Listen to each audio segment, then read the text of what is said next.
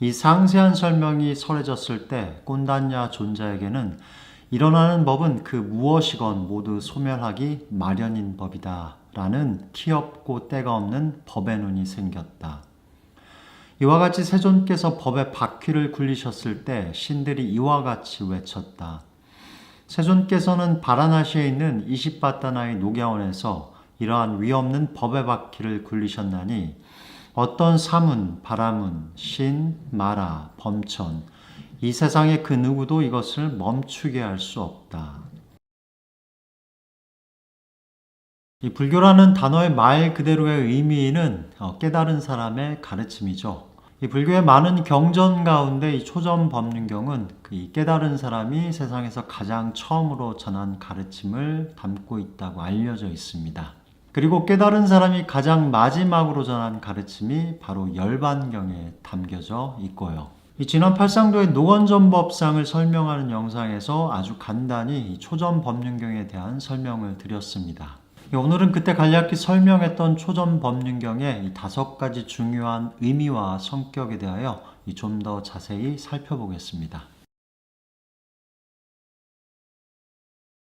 그럼 다시 한번 5가지 의미와 성격을 열거해 보면 이 초전법륜경은 깨달음 직후 부처님께서 가장 간절히 먼저 세상에 전하고 싶은 가르침을 담고 있으며 이 2번째 초전법륜경은 수행의 초본자가 아닌 숙련자를 대상으로 한 일종의 원포인트 레슨 같은 성격으로 3번째 초전법륜경의 내용이 되는 이 중도, 사성제, 팔정도는 이 불교의 뼈대와 핵심을 이루며 이것들은 다시 부처님 당시 인도에 존재하는 여러 다른 종교 사상과 불교가 결정적으로 무엇이 다른지를 나타내며 이 5번째는 초전법륜경은 그 후 나타나는 불교의 복잡하고 다양한 불교 사상 발전의 뿌리 혹은 토대가 된다입니다.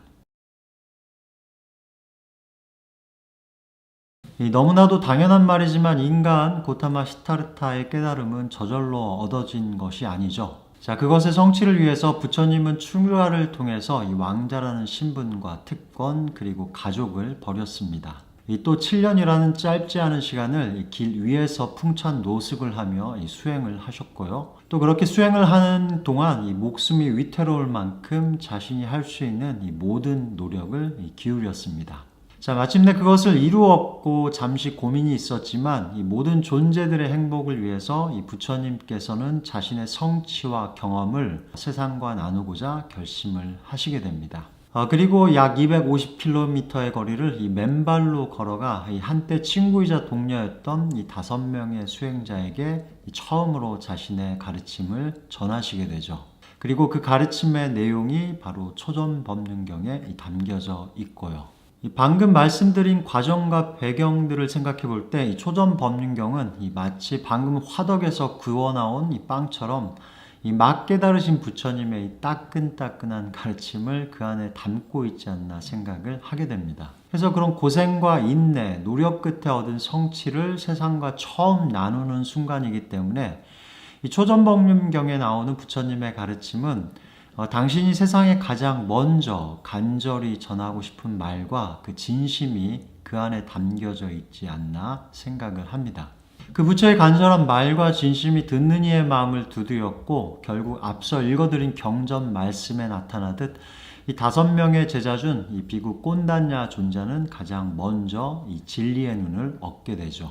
그리고 부처의 간절한 말과 진심이 이 하늘에도 전달이 되어 이 모든 하늘의 신들이 함께 이 처음으로 법의 바퀴가 이 세상에 굴려진 그 순간을 함께 기뻐하고요. 이처럼 부처님의 출가, 깨달음을 이루기까지의 과정, 그리고 5명의 수행자가 있는 그 먼 길을 맨발로 걸어가신 것 등등을 생각해 보면 이 초전법륜경은 이 부처님이 가장 먼저 이 세상에 간절히 전하고 싶은 그 말이, 가르침이 담겨져 있는 것이 아닌가 생각을 합니다.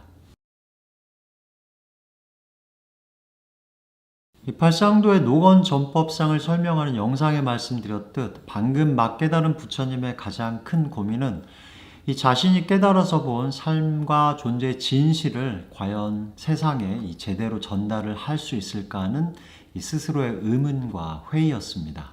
자, 이것은 말과 언어가 진리를 표현하는 데 있어 이 가진 근본적 한계의 문제 때문이기도 했지만, 이 한편으로는 자신이 본 진리의 모습이 이 욕망의 흐름에 따라 사는 보통 사람의 생각과 너무도 반대였기 때문이었죠. 그런 이유로 부처님께서는 이 A 관두자라고 생각을 하시게 됩니다. 그 순간 다행히 하늘의 신이 나타나 이 부처님께 이 세상의 가르침을 전하기를 간절히 부탁을 드렸고, 당신은 생각을 바꾸시게 되죠. 비록 마음을 바꾸시기는 했지만 이 길을 가는 아무나 붙잡고 자신이 깨달은 부처라 소개를 하며 이 가르침을 줄 수는 없는 노릇이었을 것입니다. 해서 자신의 가르침을 듣고 이해할 만한 수준의 사람들이 누굴까 먼저 생각을 하시게 되죠. 그리고 당신이 고행을 포기하기 직전까지 함께 수행을 하던 이 5명의 수행자를 떠올리시고 그들을 찾아가 이 가르침을 전하시게 됩니다. 자, 해서 초전법륜경은 바로 그 5명을 위한 일종의 이 맞춤형의 가르침이라 할 수 있고, 이 오랜 수행의 경험을 가진 사람들을 위한 일종의 원포인트 레슨이라고 할 수 있지 않을까 생각을 합니다. 보통 원포인트 레슨이란 예를 들어 피아노를 치는 사람이 아무리 노력을 해도 이 발전이 없고 이 한계점에 다다랐다고 느낄 때 이 어떤 교습의 대가를 찾아가게 되죠. 그렇게 찾아간 선생님은 이 세세한 테크닉이라던가 이 기초 등을 설명하는 것이 아니라 이 아주 중요한 한 가지 포인트를 찾아 그것을 가르쳐 주고요. 그 한 가지 결정적인 가르침으로 그 연주자는 스스로 찾지 못한 이 문제점을 발견하여 고치고 발전을 해나가는 것이고요. 이 부처님이 찾아간 이 5명의 수행자의 경력을 생각하면 이 초전법륜경의 가르침도 그 원포인트 레슨과 비슷한 성격이 아닐까 합니다. 이 부처님께서 고행을 포기하신 이유는 그것이 아무런 결과를 가져오지 않는다는 뼈저린 성찰과 반성이었습니다. 하지만 함께 수행을 하던 이 5명의 수행자는 이 고타마 시타르타가 사치에 빠져 타락을 했다 생각을 하여 그를 버리고 다른 곳으로 가서 계속 고행을 이어나가죠.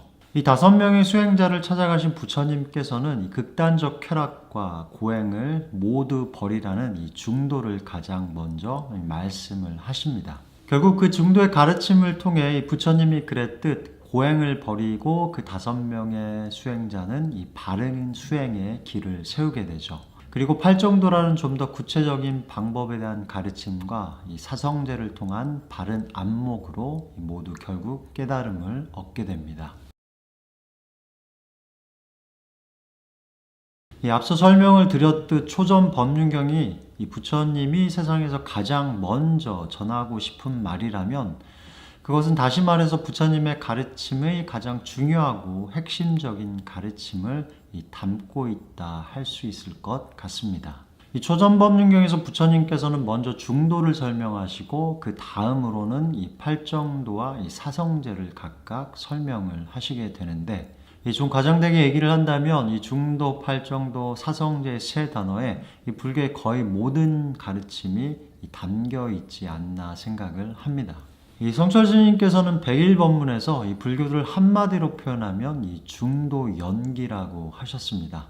그 중도 연기가 불교의 역사를 통해서 이 시대에 따라 다양하고 복잡한 언어로 나타난 것이 이 불교 사상의 발전이라 이 말씀을 하시고요. 이 초전법륜경에 보면 중도는 극단을 버리라는 수행의 방법론의 의미가 먼저 나타나지만 그와 동시에 이 존재의 원리를 의미하죠. 이 철학의 단어를 써서 말하면 중도는 실천론과 존재론을 동시에 나타내는 단어라고 할 수 있고요. 이 불교에서 존재의 원리를 설명하는 그 대표적인 단어가 연기 혹은 연기법일 텐데요. 이 성철 스님은 이 중도와 연기를 합쳐 그것이 불교의 핵심을 나타내는 말이라고 표현을 하셨습니다. 자, 오늘은 간략히 여기까지 설명을 드리고 다시 중도와 연기의 의미는 따로 영상을 만들어 살펴보도록 하겠습니다. 이 초전법륜경에서 이 부처님께서는 이 중도 다음으로 이 팔정도를 설명을 하시죠. 이 중도가 존재의 원리를 바탕으로 한 이 큰 틀에서의 바른 수행을 의미를 한다면, 이 팔정도는 이 극단을 떠난 이 수행이 이 구체적으로 무엇을 의미하는가를 설명한다고 할 수 있고요. 이 불교가 깨달음의 종교라면 이 어떻게 깨달을 것인가 하는 것은 불교를 떠받치는 가장 근본적 질문이라 할 수 있겠죠. 이 팔정도는 바로 그 중요한 질문의 답에 해당이 되죠. 이 마지막으로 네 가지 성스러운 진리라는 의미의 이 사성제는 이 많이들 아시듯 이 부처님의 가르침의 가장 중요한 부분을 차지하고 있습니다. 이 경전에서는 사성제를 모르기 때문에 중생은 끝없는 윤회의 고통을 겪는다는 말로 이 부처님께서는 이 사성제의 중요성을 끝없이 강조를 하시고요. 이 중도 연기가 불교 사상을 한마디로 표현하는 단어라면 이 사성제는 이 불교의 전부를 포괄하는 단어라고 말할 수 있을 것 같습니다. 이 사성제에 관한 설명 역시 따로 영상을 만들기로 하겠습니다. 이 네 번째 의미에 대한 상세한 설명은 방금 전에 설명드린 세 번째 의미를 통해서 함께 대답이 가능하지 않을까 합니다. 이 불교가 다른 종교와 다른 점이 무엇이냐 묻는다면 중도, 팔정대, 사성제로 이 대답을 할 수 있을 것이고요.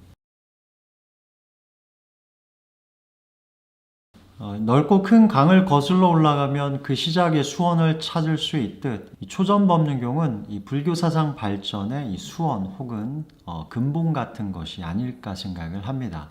그 이유는 아까 설명을 드렸듯 초전법륜경이 이 부처님의 가르침의 시작인 동시에 그 뼈대이자 핵심인 이유이기 때문입니다. 그리고 그 수많은 부처님의 가르침은 어쩌면 그 뼈대에 살을 붙이시는 자세한 설명에 해당이 될 수 있을지 모르고요. 그리고 부처님이 말씀하신 그 뼈대와 설명을 바탕으로 이 부처님이 돌아가신 후 이 불교는 이 변해가는 시간과 장소에 따라 이 다양하고 복잡하게 발전을 해나가게 됩니다. 이러한 의미에서 이 초전법륜경은 이 불교라는 큰 강물의 수원, 근원 같은 것이라고 할 수 있지 않을까 생각을 합니다. 자, 이처럼 오늘은 초전법륜경의 중요성에 대해서 살펴봤습니다. 자, 후에 차근차근 읽어가면서 자세한 설명을 드리는 시간을 가져보도록 하겠습니다. 지금까지 영상을 보신 모든 분들이 항상 고통 없이 편안하고 행복하시기를 바라겠습니다.